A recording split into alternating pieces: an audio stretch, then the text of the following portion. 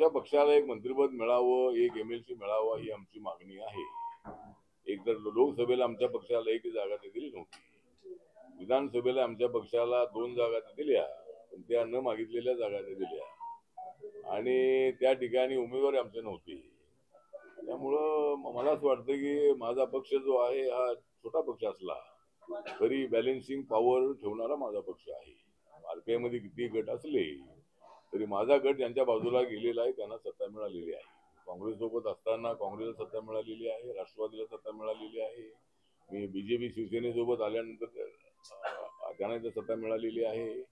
त्यामुळं माझ्या पक्षाच्या कार्यकर्त्यांचा विचार होणं अत्यंत आवश्यक आहे. त्यामुळे RPI ला एक मंत्रिपद द्यावं अशी आमची मागणी आहे.